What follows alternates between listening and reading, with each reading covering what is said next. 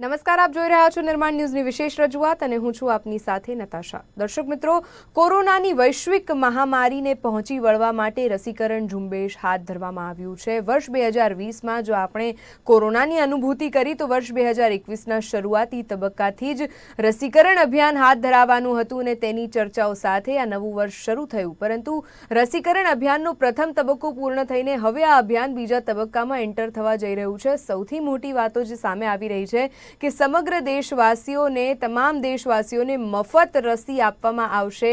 હવે તે નિયમોમાં થોડાક ફેરબદલ થયા હોય તેની વિગતો ઉપર નજર કરવી અતિશય જરૂરી અને અનિવાર્ય બની રહે છે। તેનું મુખ્ય કારણ છે કે 135 કરોડની અથવા તો તેનાથી વધારે આબાદી ધરાવતું આપણો ભારત દેશ અને તેનામાં પણ જનમાનસ સુધી, છેવાડાના વ્યક્તિ સુધી આ રસીકરણ ઝુંબેશ પહોંચી વળવા માટેની જે તૈયારીઓ કેન્દ્ર સરકાર અને રાજ્ય સરકારો દ્વારા કરવામાં આવી રહી છે અથવા તો કરવામાં આવી હતી અને તે તબક્કાવાર તૈયારીઓમાં અત્યારે પણ રાજ્યો અને કેન્દ્રો પોતાનું કાર્ય કરી રહ્યા છે। પણ તેને ધ્યાનમાં રાખતા જે પ્રથમ તબક્કો હતો કે અત્યાર સુધી ફ્રન્ટલાઇન વોરિયર્સને 2 ડોઝેજ દરમિયાનમાં આ વેક્સિનેશનની પ્રક્રિયા આપવામાં આવી હતી અને આ પ્રક્રિયા હાથ ધરવામાં આવી હતી। જોકે ત્યારબાદ હવે 60 વર્ષ કરતાં વધારે વયની વ્યક્તિઓને આ બીજા તબક્કામાં રસીકરણ અભિયાનમાં આવરી લેવામાં આવશે અને આ ઉપરાંત 45 વર્ષ કરતાં વધુની વ્યક્તિ કે જેઓના શરીરમાં ગંભીર બીમારીઓ છે તેઓને પણ આ બીજા તબક્કામાં રસીકરણ અભિયાનમાં હાથ ધરવામાં આવનાર છે।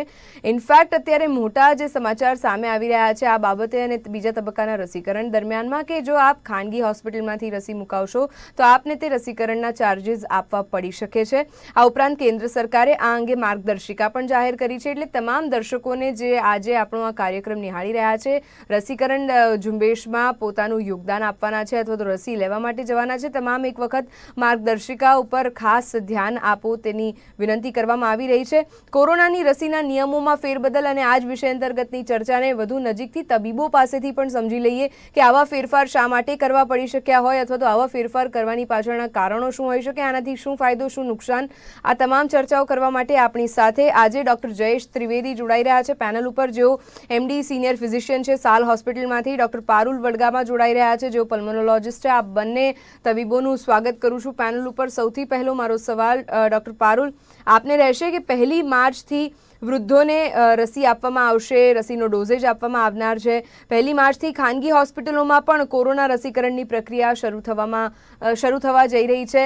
શું લાગે છે કે જે મુજબનો પ્રથમ તબક્કો રહ્યો પહેલા, તો બીજો તબક્કો પણ કઈ રીતનો કેટલો સફળ કેટલો નિષ્ફળ નીવડી શકે?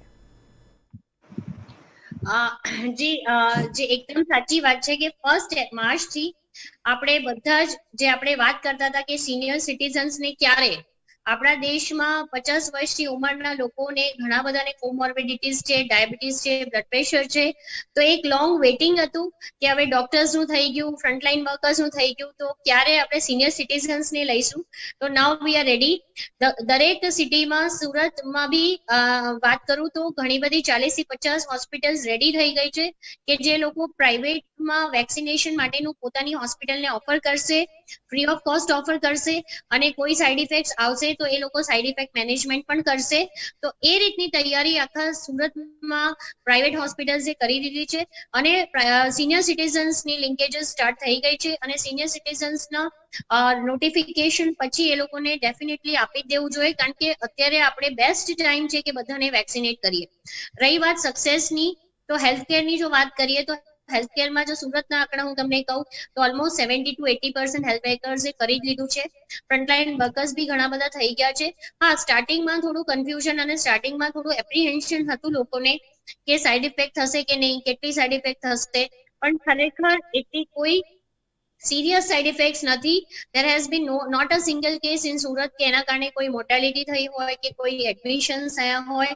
એટલે એ પણ વાત દર્શક મિત્રોને એ કહીશ કે સિનિયર સિટીઝન્સે તો ફટાફટ જેટલું જલ્દી મળે એટલી વેક્સિન લઈ લેવી જોઈએ અને definitely private hospitals, government hospitals બધા સુરત છે। હવે એક્સપિરિયન્સ બી છે અમે લોકો પોસ્ટ વેક્સિનેશન શેડ્યુલ હેન્ડલ કરવામાં બી, વેક્સિનેશન શેડ્યુલ કરવામાં બી એક્સપિરિયન્સ છે અને સાથે સાથે માની લો કોઈ માઇનર સાઇડ ઇફેક્ટ્સ આવે તો એ બી હેન્ડલ થઈ જશે। બિલકુલ. અને 25થી 28 દિવસની અંતરમાં જે રસીકરણના 2 ડોઝેજ લેવાના રહેતા હોય છે.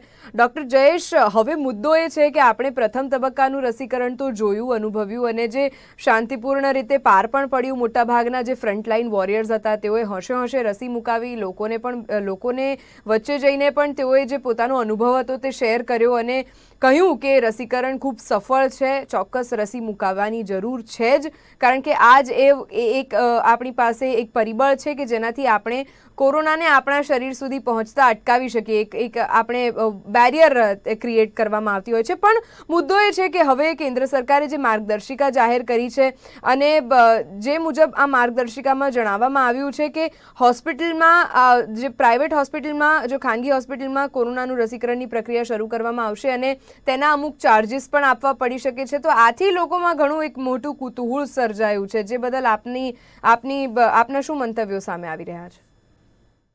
પહેલી વસ્તુ, prevention is better than cure. એક આપણે દરેકને ખબર છે, આનો એક વસ્તુ છે. ડિસીઝ કરીને એને ટ્રીટ કરવો એના કરતા એને રોકવો સૌથી અગત્યની વસ્તુ છે. બીજી વસ્તુ કે જે ડિસીઝ થવાનો છે એની ટ્રીટમેન્ટ, કોઈ રેકગ્નાઇઝ ટ્રીટમેન્ટ છે નહીં એસ્ટાબ્લિશ. તો એ સંજોગોમાં પ્રિવેન્શનની ઇમ્પોર્ટન્સ બહુ વધી જાય છે. ત્રીજી વસ્તુ મારે એ હાઇલાઇટ કરવી છે કે આ ડોઝ જે યુકે ને યુએસએ ની અંદર જે લોકોએ લેવામાં આવ્યો, પછી એ લોકોની હોસ્પિટલનો એડમિશનનો રેટ 80% ટુ 90% જેટલો ઘટી ગયો છે. ધેટ મીન્સ કે વેક્સિન એફિકેશિયસ છે એ પ્રૂવ થયું છે. બધા હેલ્થ વર્કર્સ જે હતા, જે લોકોએ ફ્રન્ટલાઇન વર્કર્સ, અમે લોકોએ જેવી રીતે કોરોનામાં કામ કરેલું છે એવી રીતે બધા ઘણા ડોક્ટર્સ ને બધા નર્સિંગ સ્ટાફ, પેરામેડિકલ બધાએ વેક્સિન લીધી છે. અત્યાર સુધીમાં કોઈ એડવર્સ, જેને સિરિયસ એડવર્સ ઇવેન્ટ્સ કહેવાય કે જેમાં પેશન્ટની લાઈફ થ્રેટનિંગ થયા હોય, એવો એક પણ ઇન્સિડન્સ નોંધાયેલો નથી. અને 1,30,00,000 લોકોએ અત્યાર સુધીમાં ઇન્ડિયાની અંદર વેક્સિનેટ થઈ ગયા છે. તો એ સંજોગોમાં વેક્સિન માટે કોઈ બી ડાઉટ્સ ઊભા થાય એવી પરિસ્થિતિનું નિર્માણ મહેરબાની કરીને કોઈ પોલિટિશિયન્સ કે કોઈ બીજી કોઈ પણ વ્યક્તિ ના કરે.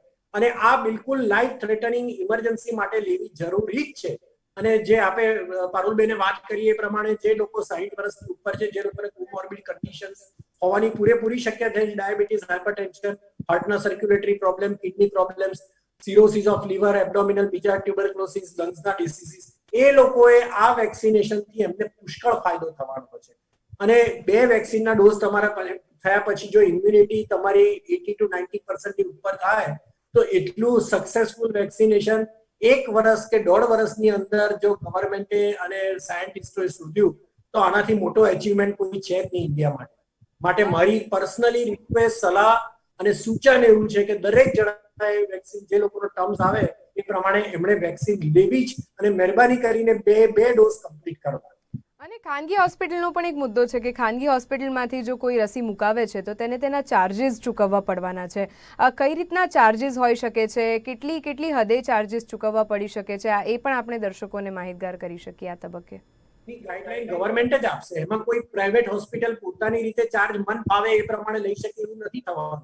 જેવી રીતે કોરોના વખતે ટ્રીટમેન્ટની અંદર કોર્પોરેશન અને ગવર્મેન્ટે ભેગા થઈને જે ગાઈડલાઈન બહાર પાડી હતી કે તમે રૂમ ચાર્જ આટલો, આઈસીસી ચાર્જ આટલો, વેન્ટિલેટર ચાર્જીસ આટલા, ડ્રગ્સના ચાર્જીસ આટલા, જે કઈ એની લાઈન દોરી આપેલી હતી ગવર્મેન્ટે, એ એમની સ્પેસિફિકેશન પ્રમાણે, એમની ગાઈડન્સ પ્રમાણે જ હોસ્પિટલોને એ લોકો કદાચ ડિવાઈડ કરે, tertiary, secondary hospitals like that, અથવા નર્સિંગ હોમ નાના, એ પ્રમાણે ગવર્મેન્ટ જ આપશે એની ગાઈડલાઈન. અને જે ગાઈડલાઈન આપશે એ બધાએ કમ્પલસરી ફોલો કરવાની જ રહેશે. અને એ પ્રમાણેની એની ગવર્મેન્ટ એના ઉપર મોનિટરિંગ સિસ્ટમ રાખશે કે જેને કારણે તમને ખબર પડે કે એ લોકો એટલા ચાર્જીસ આપે છે, અને જે બી ચાર્જીસ ભરશે એ લોકોને તમને રિસીપ્ટ બી આપવામાં આવશે. ધ્યાન તો રાખવું જ પડશે, કારણ કે આમાં આગળ જતાં એવું ન થાય કે પછી લોકોના મનમાં એક એવી શંકા કુશંકા પણ પેદા થાય કે જે તબક્કે એક વખતે દેશના વડાપ્રધાન દ્વારા જે નિવેદન આપવામાં આવ્યું કે તમામને રસી મળશે અને તમામને રસી મફતમાં મળશે, પણ તેમ છતાં જો આ અંગે એક મહત્વનો નિર્ણય અથવા તો આ ફેરબદલ કરવામાં આવ્યો છે, ડૉક્ટર પારુલ, શું લાગે છે કે હાઈ ડિમાન્ડને પહોંચી વળવા માટે કદાચ આ નિર્ણય લેવામાં આવ્યો હોય કે ખાનગી હોસ્પિટલમાંથી જો આપ રસી મુકાવો છો તો તેના આપે નોમિનલ ચાર્જીસ અથવા તો જે માર્ગદર્શિકામાં નક્કી કરવામાં આવશે તે ચાર્જીસ આપે ચૂકવવાના રહેશે. કારણ કે આપણે જાણીએ છીએ કે ભારત દેશની આબાદીને ધ્યાનમાં રાખતા દેશમાં હજી પણ એવા ઘણા મુદ્દાઓ છે કે જેને પહોંચી વળવા માટે જે પણ એક મોટો પડકાર છે તે ભારત દેશની આબાદી છે. અને કદાચ રસીકરણ દરમિયાન અથવા તો રસીકરણની પ્રક્રિયા શરૂ થવાની હતી તે વખતે પણ આપના જેવા અનેક તબીબોએ આ મુદ્દો ઉઠાવ્યો હતો કે દેશની આબાદીને પહોંચી વળવા માટે કેટલું મોટા પાયે પ્રોડક્શન કરવું પડતું હશે, અને તે અત્યારે આપણે કદાચ જોઈ શકીએ છીએ, અનુભવી શકીએ છીએ. હું છે ને આમાં બે વસ્તુ કહીશ કે એક તો પહેલી વસ્તુ કે દર્શક મિત્રોને બધાને જ કહું, and we all will agree that India has very nicely handled the COVID situation.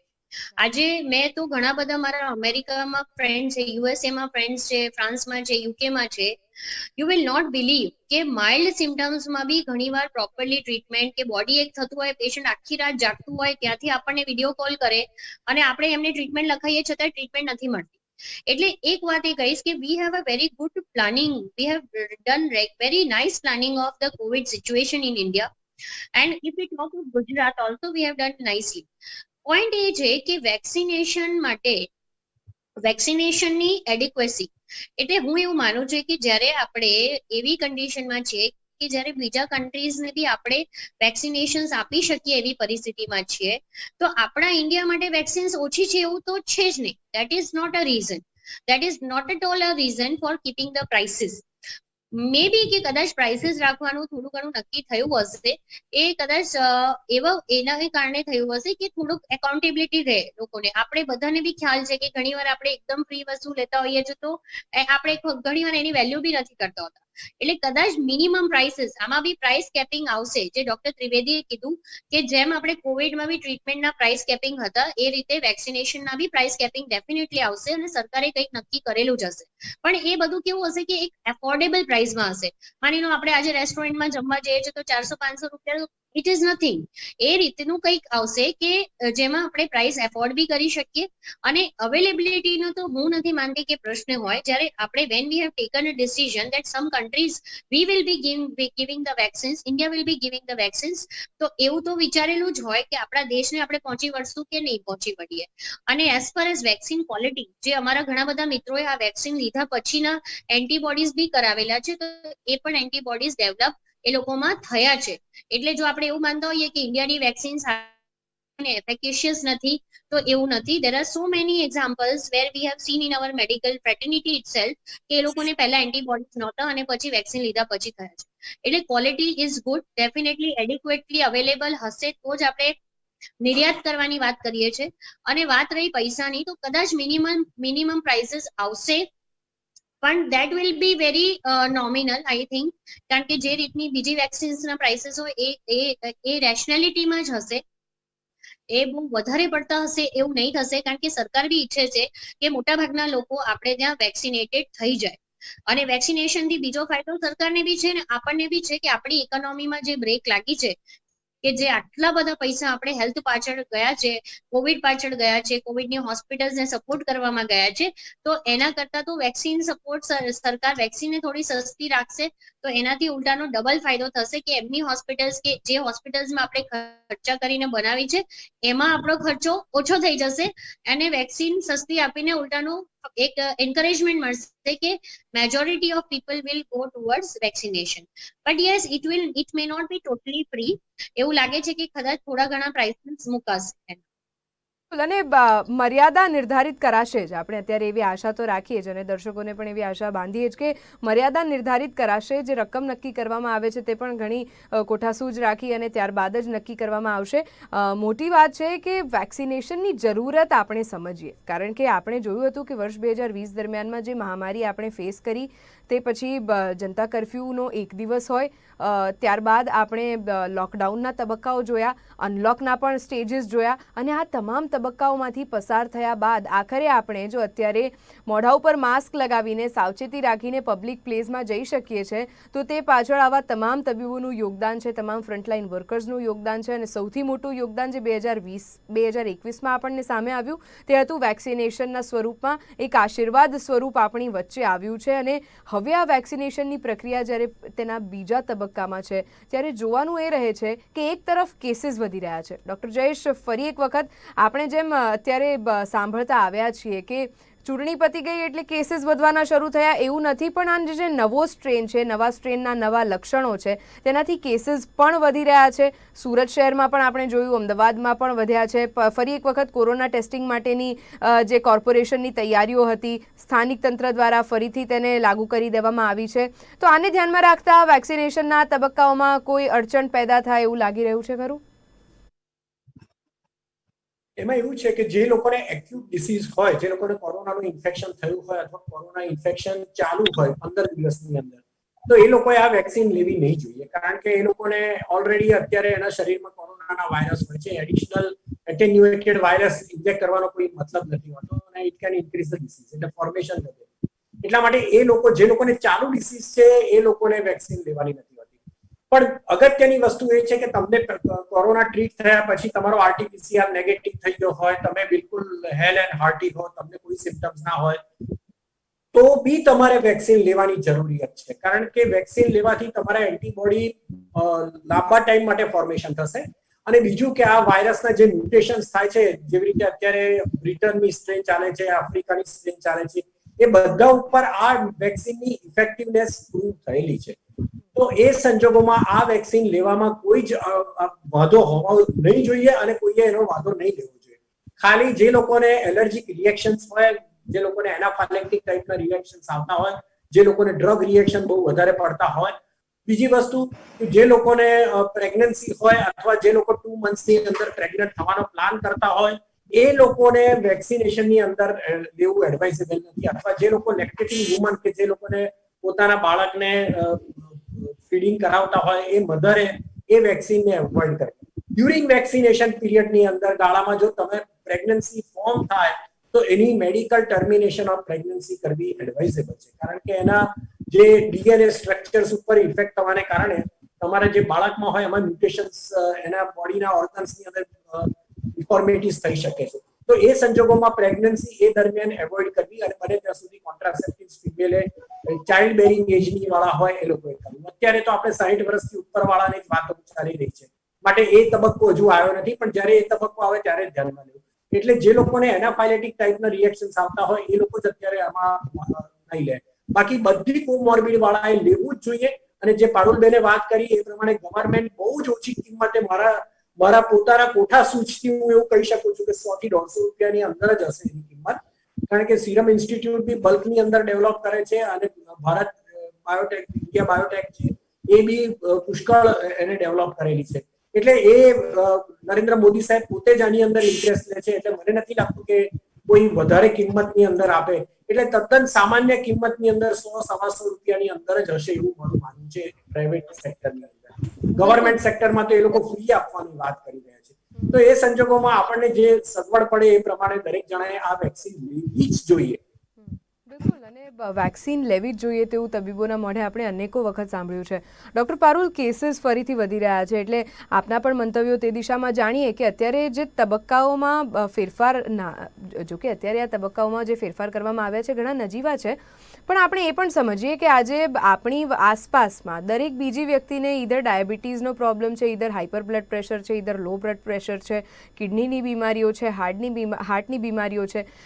In fact જે આપણે 60 વર્ષ કરતાં વધારે ઉંમરની વ્યક્તિઓની અત્યારે આ બીજા તબક્કાઓમાં વેક્સિનેશનની વાત કરી રહ્યા છે, તો તેનામાં વૃદ્ધોમાં ખાસ કરી અત્યારે એક જો માનસિકતા બદલવાની જરૂર છે. કારણ કે અમુક વૃદ્ધોની આપણે માનસિકતા જાણવાનો પ્રયાસ કર્યો હતો જે દરમિયાનમાં નિર્માણ ન્યૂઝ દ્વારા પણ, કે તેઓના મનમાં હજી પણ ખચકાટ છે કે કદાચ આ વેક્સિન મુકાયા પછી તેઓનું આયુષ્ય ઓછું થઈ જશે અથવા તો અન્ય કોઈ બીમારીઓમાં સપડાઈ જશે. એટલે આવા ઘણા બધા પ્રોબ્લેમ્સ છે અથવા તો આવા ઘણા બધા જે મિસગ્રાઉન્ડ્સ છે કે જેના ઉપર હજી પણ આ વેક્સિનેશનની પ્રક્રિયા આગળ વધી રહી છે. એટલે કદાચ આ જ ગ્રાઉન્ડ્સ ક્લિયર કરવાની અત્યારે વાત છે.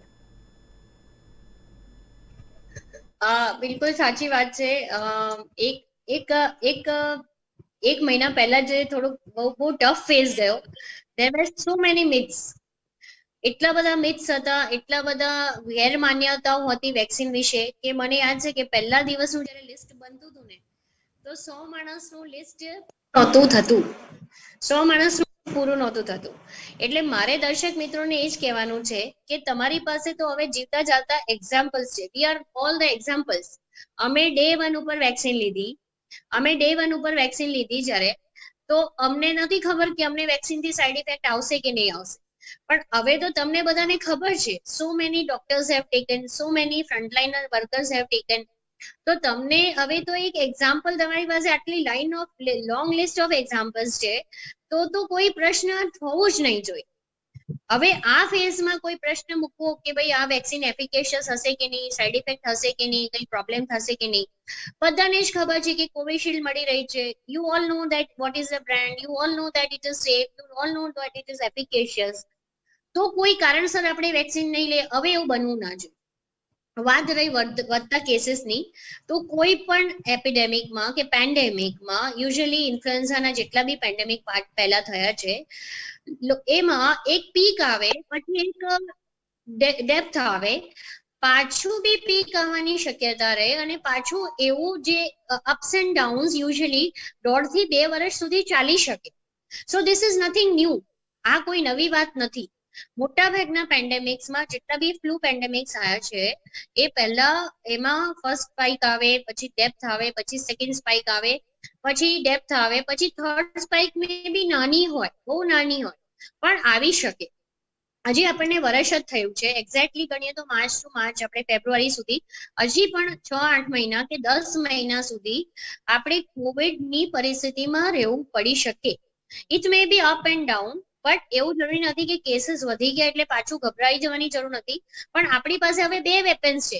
એક તો આપણી પાસે ટ્રીટમેન્ટ ગાઈડલાઇન્સ ડિફાઇન્ડ છે, એટલીસ્ટ ગાઈડલાઇન ડિફાઇન્ડ છે. ભલે આપણે એવું નથી કહેતા કે આપણી પાસે સ્પેસિફિક ટ્રીટમેન્ટ છે કે નહીં, પણ લોકોને હજી થોડોક ડોક્ટર્સને એક્સપિરિયન્સ હવે આવી ગયો છે કે what to treat, how to treat and what not to give. Second thing, આપણી પાસે એક મોટો હથિયાર છે વેક્સિનેશન. જો આપણે બધા જ જલ્દીથી જલ્દી વેક્સિનેટ કરી લઈશું, તો મે બી આપણી જે સેકન્ડ પીક કે થર્ડ પીક જે આવવાની છે, કે જે આપણને લાગતું હોય કે હવે કેસીસ વધી રહ્યા છે, હવે શું કરશું, તો બેસ્ટ ઉપાય એ જ છે કે તમે સોશિયલ ડિસ્ટન્સિંગ રાખો, તમે માસ્ક પહેરો અને વેક્સિનેશન ફટાફટ કરી. એટલીસ્ટ 50 યર્સના ઉપરના લોકોને તો વિચારવું જ નહીં, એ લોકોએ તો વેક્સિનેશન કરી જ લેવાનું. અને 50 વર્ષથી નાની ઉંમરના લોકોને બી જ્યારે વેક્સિન અવેલેબલ થાય, એ પેડ હોય, પૈસાથી હોય કે નહીં પૈસા વગરની હોય, એ બધાય વેક્સિનેશન લઈ લેવાની જરૂર છે. So when we will vaccinate, we all will vaccinate, તો ઓટોમેટિકલી હર્ડ ઇમ્યુનિટી તમારી ડેવલપ બૂસ્ટઅપ થશે. થવાની છે. બિલકુલ બિલકુલ. અને આ હર્ડ ઇમ્યુનિટી ડેવલપ થવા પાછળની જે ચેન છે, જે પ્રક્રિયા છે, તે આપણે સમજી અનેકો વખત આપના જેવા તમામ તબીબો જેટલી પણ વખત આ પેનલ ઉપર જોડાયા છે, તમામે હર્ડ ઇમ્યુનિટી કઈ રીતે ડેવલપ થાય, કઈ રીતે આગળ વધી શકે, કઈ રીતે તમારા રોગપ્રતિકારક, તમારા આંતરિક શરીરમાં રોગપ્રતિકારક શક્તિમાં વધારો કરવા માટે આ વેક્સિન જેટલી હેલ્પફુલ સાબિત થઈ રહી છે. ડૉક્ટર જયેશ, છેલ્લે આપને પણ એ જ પૂછીશું કે કોરોના રસીના નિયમોમાં જે આ ફેરબદલ કરવામાં આવ્યા છે, બીજો તબક્કો 1 માર્ચથી શરૂ થવા જઈ રહ્યો છે, હજી પણ લોકો જો કદાચ ઉદાસીનતા દાખવતા હોય માસ્ક પહેરવામાં, સેનિટાઇઝિંગ કરવામાં અથવા તો સોશિયલ ડિસ્ટન્સિંગ જાળવવામાં, તેઓએ ખાસ ચેતી જવાની જરૂર છે. કારણ કે આપણે સૌ જાણીએ છીએ તેમ, અને મારા કરતાં વધારે આપ જેવા તબીબો જાણો છો કે કોરોનાએ હજી પણ આપણી વચ્ચેથી વિરામ લીધો નથી, અથવા તો આપણી વચ્ચેથી જતો નથી રહ્યો આ રોગ. એટલે નવા કેસીસ તો આવી જ રહ્યા છે, અને જેટલી માત્રામાં આવતા હતા, હવે કદાચ છેલ્લા અનેક દિવસોથી આ માત્રા વધી છે. એટલે લોકો ઉદાસીનતા ન રાખે અને વેક્સિનેશનની પ્રક્રિયા સમયસર જેમ નિર્ધારિત કરવામાં આવી છે, જે નિયમો બનાવવામાં આવ્યા છે, તેમ થતી જ રહે. આ જે વખતે જે સમયે તમારો નંબર આવે અને જે વખતે તમને કહેવામાં આવે કે તમારે વેક્સિન લેવાની છે, એવો ઓલ્ટરનેટિવ તમારી પાસે રહે, ત્યારે વેક્સિન લેવી અનિવાર્ય છે. પહેલો ડોઝ લીધા પછી 28 દિવસમાં કોવેક્સિન કે કોવિશિલ્ડ કોઈ પણ વેક્સિન હોય, એની એફિકસી પ્રૂવન થયેલી છે, માટે બીજો ડોઝ પણ એ પ્રમાણે જે હોય એ સમય પ્રમાણે તમને કે એ પ્રમાણે લેવું જરૂરી છે. એ લીધા પછી બી mask, social distance and sanitisers or 20 second માટે હાથ ધોવા સાબુથી, એ બિલકુલ જરૂરી છે. સોશિયલ ડિસ્ટન્સ બી એટલું જરૂરી છે. ન્યુટ્રિટિવ ડાયટ, આપણે એવું બેફામ થઈને ફરવાની જરૂર નથી, કારણ કે આ કોઈ પણ વેક્સિનેશન કરો એની ઇફેક્ટિવનેસ તમારી 80-90% રહે તો બી બહુ જ સારું કહેવાય, અને આપણે એટલો આપણે સક્સેસ રેટ રહે, that is what we want. પણ એનો અર્થ એવો નથી કે આપણે જે બાકીના 10 કે 15% જે લોકોને ફરી થઈ શકે એવા ઇન્ફેક્શનની અંદર આવીએ, એવું આપણે ગેરરીતિઓ પ્રમાણે ચાલીએ ને એવી રીતે બેફામ રહીએ. ત્રીજી વસ્તુ કે જો વેક્સિન લીધા પછી બી જો તમને કોવિડ ઇન્ફેક્શન થશે તો એ ઇન્ફેક્શન બહુ જ માઇલ્ડ વેરાયટીનું હશે, કે જેમાં હોસ્પિટલાઇઝેશનની જરૂરી નહીં હોય, જેમાં તમને કોઈ ખરાબ કોમ્પ્લિકેશન, લાઈફ થ્રેટનિંગ કોમ્પ્લિકેશન નહીં થાય, અને તમને વેન્ટિલેટર્સ કે બીજી કોઈ જે અગવડ આપણે પહેલા જે શરૂઆતના પીરિયડમાં જે પડી એ બધી નહીં પડે. એ વસ્તુ પ્રૂવન છે, અને એની ક્રોસ ઇમ્યુનિટી છે. જેવી રીતે સ્વાઇન ફ્લૂની વેક્સિન H1N1 માટે હતું, પણ H5N2 અને બાકીના H5N1 ની અંદર બી એની એફિકસી એટલી રહી છે. એવી રીતે આ વેક્સિન તમારી બ્રિટન, નાઇજીરિયા કે નેધરલેન્ડ કે કોઈ પણ આફ્રિકાની કોઈ બી સ્ટ્રેન આવશે, કારણ કે મ્યુટેશન્સ તો થવાના જ છે આ વાયરસના, સાર્સ વાયરસના ગ્રુપના જ વાયરસ છે, તો એના મ્યુટેશન્સ થશે અને એ મ્યુટેશન ચાલુ ને ચાલુ રહેવાના, પણ આ વેક્સિનની એફિકસી રહેવાની જ છે. માટે આ વેક્સિન તમારે લેવાનું, અને પ્રિકોશન્સ બી જે નરેન્દ્ર મોદી સાહેબે કહ્યું છે કે દવાઈ એન્ડ કડાઈ દોનો ચીજ, મતલબ આપણે સ્ટ્રિક્ટનેસ આપણી તરફથી એટલી ને એટલી જ રાખવાની છે, અને WHO ની ગાઈડલાઈન પ્રમાણે 2 વર્ષ સુધી આપણે આ સાચવવાનું છે, જ્યાં સુધી ટોટલ ઇરેડિકેશન ના થાય. જેવી રીતે સ્મોલ પોક્સ કે પોલિયોનું આપણે કર્યું છે, એવી રીતે જ્યાં સુધી આ ના થાય ત્યાં સુધી આપણે એક સોશિયલ ડિસ્ટન્સિંગ, માસ્ક અને સેનિટાઈઝર એ કન્ટિન્યુ રાખવાનું છે જ. Prevention is better than cure, એટલે કે જેટલી આપ સાવચેતી રાખશો તેટલું જ આપને સારવારની જરૂર નહીં પડે. અને આ એક માત્ર કહેવત નથી. કોરોના માટે અથવા તો વેક્સિનેશનની પ્રક્રિયા ભલે હાથ ધરવામાં આવી રહી હોય, બીજો તબક્કો ભલે શરૂ થવાનો હોય, પણ આ કહેવત ઘણી સાર્થક અને ઘણી હેલ્પફુલ સાબિત થઈ શકે છે આપણા સૌ માટે. હજી પણ આપણે જોઈએ છે કે રાત્રિ કર્ફ્યુ લગાવવામાં આવ્યો છે, રાતના 12 થી સવારના 6 વાગ્યા સુધી. તેમ છતાં લોકો હજી પણ આપણી આસપાસમાં જો મોઢે માસ્ક વિના દેખાય છે, તો તેઓની આ ઉદાસીનતામાં વધારો ન થાય તેની આપણે પણ એક જાગૃત નાગરિક તરીકેની તકેદારી રાખીએ. ઇનફેક્ટ આપણા પરિવારજનો કઈ રીતે કોરોનાથી બચી શકે તેનું આજે પણ ખૂબ ધ્યાન રાખવું જરૂરી બની રહેતું હોય છે. જે તબક્કા વેક્સિનેશનના ચાલી રહ્યા છે, આગળ પણ આ વધતા રહેશે. તેનામાં જે ફેરફાર કરવામાં આવ્યા છે, આ માર્ગદર્શિકા અંગે ચોક્કસ જાણી લો. 60 વર્ષ કરતાં વધારે વયની વ્યક્તિઓને વેક્સિનેશનની પ્રક્રિયામાં જોતરવામાં આવશે 1 માર્ચથી. 45 વર્ષથી વધુ વયની વ્યક્તિ કે જેને શરીરમાં ગંભીર બીમારીઓ છે તેઓને પણ આ વેક્સિનેશનની પ્રક્રિયામાં આવરી લેવામાં આવશે. ખાસ એપ્લિકેશન મારફતે કઈ વેક્સિન તેમને કયા દિવસે આપવામાં આવે છે, કેટલા દિવસનો અંતર છે, શું તેઓના પોસ્ટ રિએક્શન્સ છે વેક્સિનેશન આપ્યા બાદ, આ તમામ જાણકારી મેળવી લેતા રહો અને પણ વેક્સિનેશનની પ્રક્રિયામાં જોતરાઓ તેવું તબીબો પણ કહી રહ્યા છે. સમય અંતરે જેટલું પણ માર્ગદર્શન આપના જેવા તબીબોએ આપ્યું છે, અને આજે ડૉક્ટર જયેશ, ડૉક્ટર પારુલ આપ અમારી સાથે ચર્ચામાં જોડાયા. આપના સમય ફાળવ્યા બદલ આપનો હું ખૂબ આભાર વ્યક્ત કરીશ. ફરી એકવાર કોરોનાની રસીના નિયમોમાં ફેરબદલ અને આજની આ વિષય અંતર્ગતની રજૂઆતમાં હાલ અહીંયા જ રોકાઈશું. આવા અનેક વિષયો અને મુદ્દાઓ સાથે ફરી મળીશું. ત્યાં સુધી મને આપશો રજા. નમસ્કાર.